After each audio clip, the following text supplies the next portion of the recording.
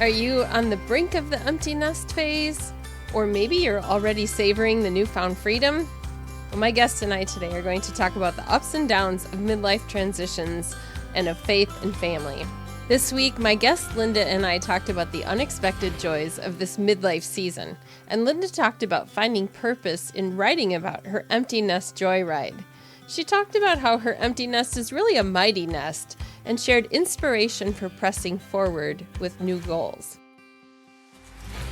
Welcome to Midlife Repurposed. If you're craving inspiration, practical tips, and a renewed sense of purpose, you're in the right place.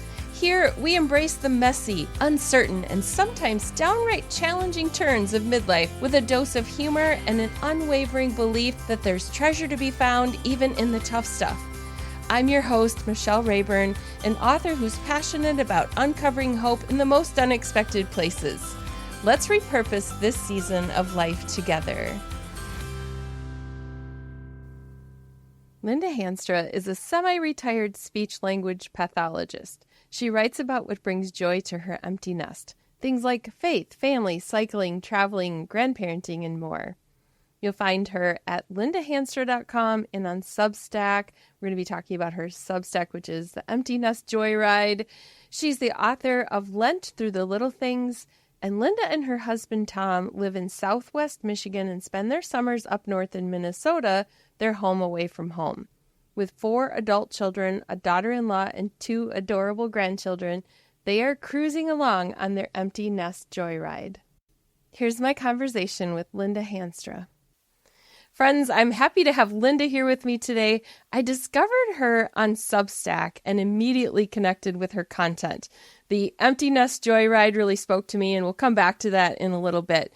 But then I invited Linda to be part of a compilation book that I was publishing for empty nesters. And I really want to hear more of Linda's story about her midlife journey, because I only have this little snippet from the book. So Linda, thank you for being here. Yeah, I'm so happy to be here. I was very excited when I got your invitation. I've been listening to your podcast lately, and I just feel like we connect. So I'm looking forward to this conversation. I love it when I find a kindred spirit, just kind of randomly. There's some keywords I put in, I'm looking for someone who's maybe writing about menopause or writing about parenting adult children. And when I put in empty nest on Substack, you came up. And awesome. Substack, for those who aren't as familiar as we are with it, is kind of like a newsletter / blog / social media platform. It's kind of an all-in-one fun place, but it hasn't been around that long. So I know you started blogging before Substack came around. So I'd love to hear a little bit of why you started blogging and what did you blog about when you started out? Yeah, so I guess the story was born out of my daughter's tragedy, inconvenience, what shall we call it? She, back in 2013, she was 16 years old. She had a long run of scoliosis diagnoses, wearing braces, lots of x-rays. After 2 years in a brace, almost around the clock, they said she was going to have surgery. So we prepared for that. I took her down to Indy. We live in Southwest Michigan, but down in Indianapolis, they had a specialist, and they said she'd be in the hospital for about 6 days, and then she'd be able to recover by, in a month or so, she'd be ready to go back to school. We had this surgery in the middle of the summer. And so we got back home. I mean, that was a journey in itself. But once we got back home, she just was having a lot of trouble recovering. She was not healthy, very, very thin. She was eating like a horse, but losing weight. She had no energy, so lethargic. Finally, I took her to the doctor and I said, could you run some blood tests or something? I just feel like maybe something's off. And he's like, yeah, we can do that. And so that evening we got a call saying, you should bring your daughter to the emergency room. We think she has type 1 diabetes. And I was like, no, you don't understand. She just had this big surgery on her spine and she hasn't recovered from that. Wow. Diabetes was the furthest thing from our minds. We didn't expect that at all. But I brought her to the hospital and yes, her levels were way off. She had been basically when you don't have insulin to to burn the sugar that you're eating. The sugar goes right through you, and your body burns fat and muscle and everything else instead. And so that's why she was down to 85 pounds, and I think she was like 5'9" at that point. Oh, wow. Yeah, it's Friends so were asking me, dangerous. yeah, friends were asking me if she had anorexia. And I'm like, no, she's eating like a horse. Long story short, we're in the hospital, and I'm like, all these people are wondering what's going on. So, in order to let people know what was going on, I started blogging and, just kind of poured out my heart, talked about struggles, the fear, the anxiety for both my daughter and my husband and I. And I talked a lot about faith and how God was getting us through this time. During that time, it really occurred to me that even in our struggle, what a blessing it was. Like finally, after we had a diagnosis, she was smiling again, and she hadn't smiled in weeks. And I felt like I was finally getting my daughter back. So as hard as it was to accept the diagnosis and know that this was something she was going to have to deal with for the rest of her life, we were also feeling blessed to finally have the answer and at least a way of helping her to live a full life again. She in just a quick update, she's doing great. She learned to manage all of her pumps and That's a glucose huge monitors. process. Yeah. She's done a lot of that on her own, and she just took ownership of it right away, which was a blessing for me because it's a lot. But in all of that process of writing this blog, I got a lot of feedback from some friends who were like, we love your writing, or you need to keep writing. And so I did. I just kind of took that and ran with it. I didn't really blog a whole lot in those next years. I was still working full time. We still had kids at home. But once our nest emptied, that was in 2017, I started taking my writing more seriously. And yeah, I've been sort of focused now on empty nesting. My initial blog posts were all about diabetes. We definitely turned the corner now. So It's funny about like all the different phases our writing can go through and the audience that we're writing for, but the heart is still there. Like the whole process of pouring your emotions out on a page and getting feedback from other people kind of just jumps over to wherever we are in that phase in life. So as you've transitioned now into writing about your empty nest journey, what kind of feedback have you had from people as you're vulnerable in that area and sharing your story? Yeah, it's been great. I mean, I feel like I've established a community. I have a lot of people who read my newsletters regularly and respond back and forth. I've been through, a lot of other transitions and changes over the last, I guess it's been 7 years now that we've been semi-empty nesters, at least, how they come back home for a while, the boomerang thing. But during that time, we've had actually a little side story. 3 weeks before we became empty nesters, my husband had a serious bicycling accident and he crushed his elbow. And this was like, it had been our dream after the kids were in college. We were going to bike together all the time. We were going to do all these organized rides we had signed up for. In fact, the weekend after we dropped our daughter off at college, we had planned on doing an organized ride up in Wisconsin. And we kind of had to change our plans. Yeah. And so that taught us a lot about flexibility and, finding joy through other activities that maybe we hadn't thought of. And anyway, he has since recovered, and we do bike a lot together. And I write about that quite a bit on my website as well. I love how you turn like biking adventures into life application lessons, not always faith lessons, sometimes practical. I love how it all mixes together because that's the kind of writing that I love to do too, where, it's just part of your everyday life that you're looking for observations in what you do. Exactly. I feel like that is one of the gifts that God has given me through writing is I become so much more alert and attending to my environment, and things will just like suddenly pop out to me as a metaphor. And I'm like, oh, okay, I think maybe I can write about that. Yeah. Other times I have to rack my brain to come up with ideas, but, but sometimes they just, the things that I maybe didn't notice before, I'm taking more notice of. And writing definitely helps me process what I'm thinking. I Uh-huh. don't always have a smooth way of expressing myself when I'm talking, but when I write, I can put suddenly like everything becomes clear. I feel that too. I think that's why even before I speak or do a podcast, I write out what I'm going to say.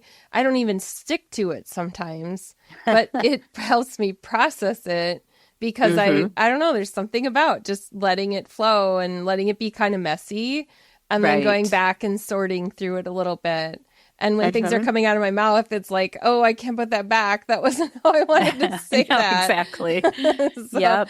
it's a little Right. more organized. So one of the things I was drawn to that you were writing about is the biking. And you talked about this. I mean, you call your Substack newsletter Empty Nest Joyride. And I loved how you talked about midlife and this transition to the empty nest as a joyride, kind of like with the bike comparison. So if you don't mind telling us a little bit about what that is to you when you think about the empty nest joyride. Right. Well, one thing I say is it's joy to me is not like all happy Right. rainbows and unicorns.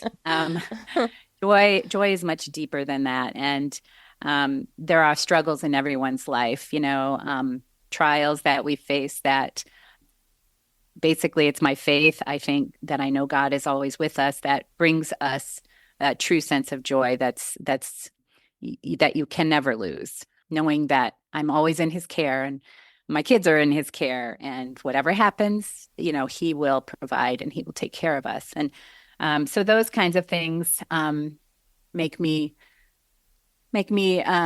more aware of joy in life. The empty nest can be a time for some people of absence and Mm-hmm. emptiness, but I have a little guide on my blog or website that is the transition or the going from an empty nest to mighty nest. Um, I love and that.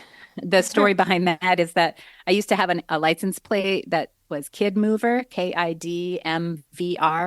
And when the kids all got out of the house, I had to get a new license plate. And so I went with MTYNST, empty nest. Mm.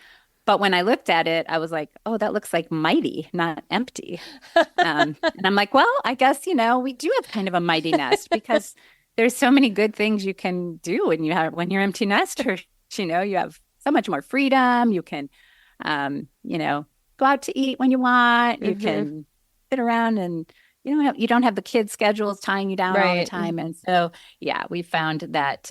So there's a lot of suggestions of how we made a mighty nest rather than an empty nest. Just different ways of finding joy throughout those empty nest years Mm-hmm. is what I try to focus on when I'm writing toward empty nesters.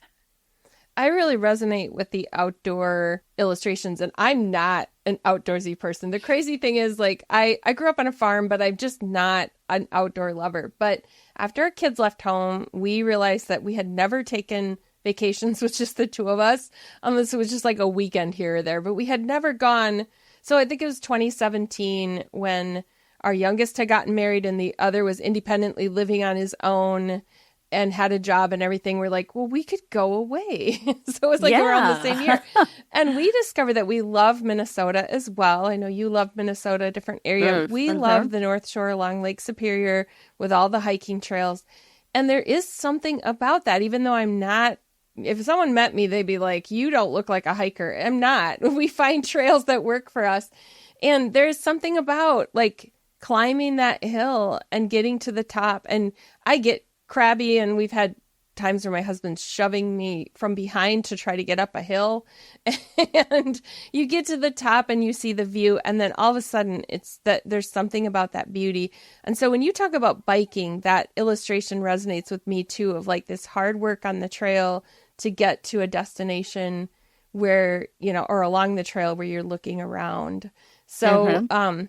where have you then discovered little points in life where you have discovered that joy along your life journey in the last 10 years or so? Well, I have to say that the two highest joy points were probably when my two grandchildren were born. I have a 4-year-old grandson and a 1-year-old granddaughter, and there's nothing that brings more joy to a family than having little babies again. And, It's and true. Especially when you can just cuddle and snuggle and spoil them and then send them back to mom and dad. But we have had so much fun with them. And I have one son who's married, and my other three children are still single, but they love being aunts and uncle. And yeah, we've just had so much joy with that. I also just anytime my whole family is together, Yeah. even if it's on a Zoom chat, I mean, it's so much fun when we're all together. But especially when we're together in person, Christmas time, or recently we celebrated my daughter's graduation from graduate school, and we got an Airbnb in near Madison, Wisconsin, and just had a great weekend of just being together. Those are some of my high point joy times. So yeah. I hold on to those because then I know in the times where it's difficult, like we're in that age where we start to experience like our parents having health issues and, you watch your kids struggle through some life choices and all of those things that are like, oh, this is the hard part of life. Then I hold on to those memories of the joyous parts because that's what really keeps me going as my own body starts to, have moments where like it's not functioning the way it used to function. Yep. So where have you been surprised then? Where has God shown up where you're like, wow, God, you really surprised me with this. I didn't know this was the direction we were going with my life. That kind of relates to what you were just talking about, the trials and struggles. During the whole pandemic year and the year after were some really difficult times for our family. It was also, we had high points. My grandson was born in 2020 in May, and then 3 months later, my dad suddenly passed away. He fell and hit his head, and with the brain bleed, he was gone that same day. Wow. And my mom has had Alzheimer's, and we had to find ways to care for her. All my siblings pulled together. It really brought our family closer together. I know that sometimes those things can actually drive families apart. I'm thankful that we were able to work together to figure out how to care for mom. And then 9 months later, my mom passed away. She also had cancer in addition to her Alzheimer's. So all of those times were, as hard as they were, I found such a peace in knowing that I had this gift of time with my mom that I wouldn't have had otherwise, maybe. I was a speech therapist in the schools at the time, and so we had a lot of days where we just shut down, and I was able to provide services virtually. And during those times, I went to my mom's. She lived about 2 hours away from me, so it was nice to be able to just spend time with her and filling in for our caregiver and things like that I wouldn't have been able to do had it not been for the pandemic. So, I mean, as hard as all those times were, there was also like all these little surprise gifts along the way. I felt like that time caring for my mom was my way of giving back for all the care she gave to me when I was helpless and an infant and a child. And, I'm like, now I can give back. And so that was a very special time in our lives, as hard as it was. Yeah. When you think about the listener who's here with us or the person that you're writing your blog posts for, who is it that you're most passionate about just having that writing conversation with? When you're writing the blog post, who is the person that motivates you to keep writing? Right. I think it's that person who's either on the cusp of becoming an empty nester and they're nervous about what it's going to be like, what is, are my husband and I going to get along? Are we going to find things to talk about? I mean, our lives are so centered on our kids for so many years, and then all of a sudden, poof, it's just the two of us. And so people who are on the cusp of empty nesting, or maybe have just gotten into those empty nest years, and then beyond. I recently have retired, and then I sort of became semi-retired. So there's that's a whole other area of interesting changes in life, I should say. The transition to retiring is big when you've worked your whole life and then suddenly you have more free time, and then you're, how do I spend this time? So just in this midlife time, all the changes that we're experiencing, that woman who is either just looking for guidance, thinking about how to spend their time, or how to parent their adult children. I think that's the beautiful thing about writing is that we're not just writing to tell our story, although it is cathartic. And there's some days, some of the things I write are probably more of a rant. It's probably not for anybody. But, there is something beautiful about having that purpose. And I think that's what's given me some motivation in this phase of life, is there was this time when I was so focused on influencing my children and, the things that were going on in our household. And I feel like my focus now is more outside of our household. And so that has given me motivation and purpose. So have you had any new revelations from God on he's nudging you in a certain direction? Like, here's where I want you to go next. You're going to publish the book, right? Right. So yeah, I have, sometimes with writing, I feel like, why am I doing this? Sometimes I send it out and I'm like, maybe I get a couple of responses. I'm like, is this really, what I'm supposed to be doing right now? It feels like, why can't I just retire, and watch Netflix? But I do feel like God keeps pushing me. No, I want you to do this. I think you have things to say that might help someone out there. And I guess if my writing helps one person, then it's done what it needs to do. But I have published a book. It's a Lenten devotional. And it kind of focuses on just finding Jesus in everyday, ordinary things. And again, that's back to that alertness, attention. I would notice something and think, like, how can I tie that in with Jesus? And so I can sort of focus on him during these 40 days before Easter. And so I did that. And then I have this other book that I'd really love to publish someday, but, we'll kind of see where that goes. And it's all about empty nesting and biking. So, yeah. So when you think about that, what scares you about the hesitation of we're thinking about publishing a book. For the listener here, it might not be publishing a book. So when we think about God nudging us to the next thing, what fears come to mind as you think about that next step? Right.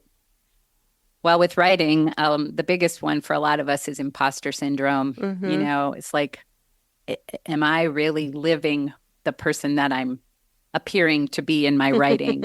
And trust me, I try not to be like holier than thou and I got my act together, because I'm not. Yeah. Right.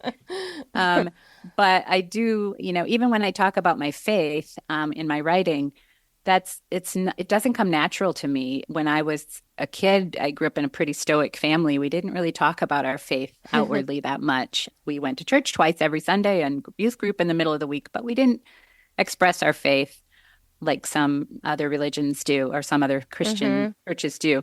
And so when I started writing about it, I was like, is this really me?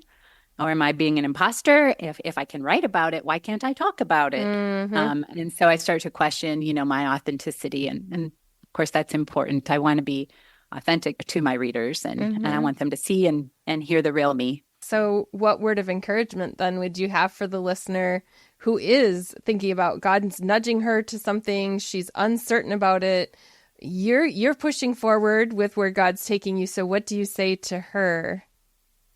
Pray about it and keep, feeling it out with other people, maybe people you trust, mentors, or your pastors, good friends, and just kind of get a feel for whether this is something that God is really nudging you to do or not.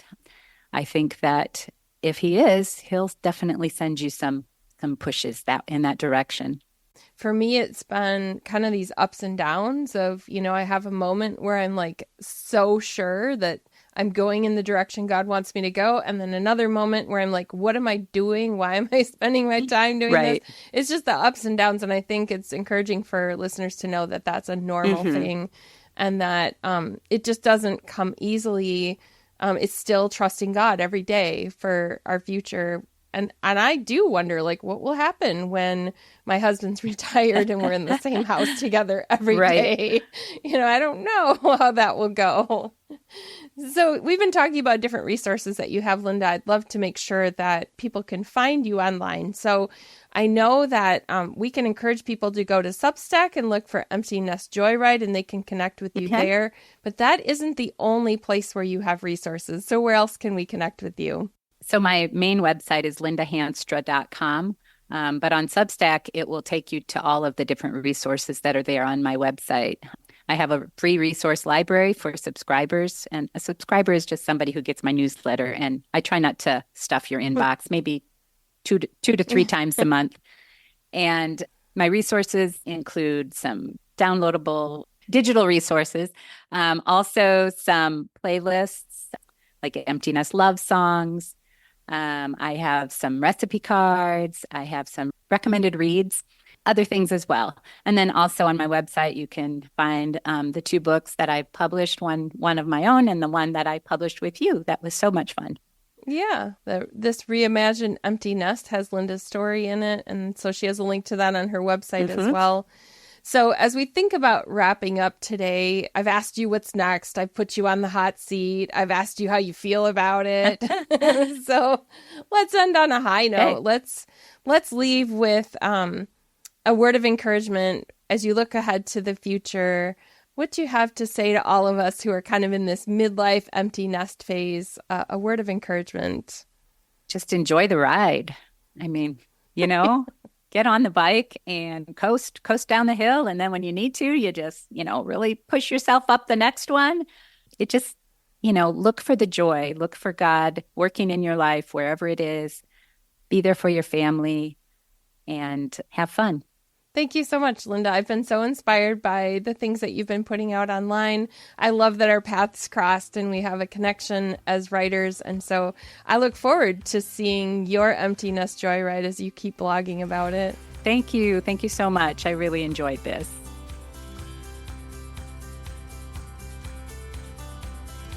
Thanks for tuning in to Midlife Repurposed. Looking for more inspiration and connection? Dive into Midlife Repurposed on Substack, where you'll find resources, weekly reflections, and a community of like-minded women. Visit midliferepurposed.com to join the conversation and keep the journey going.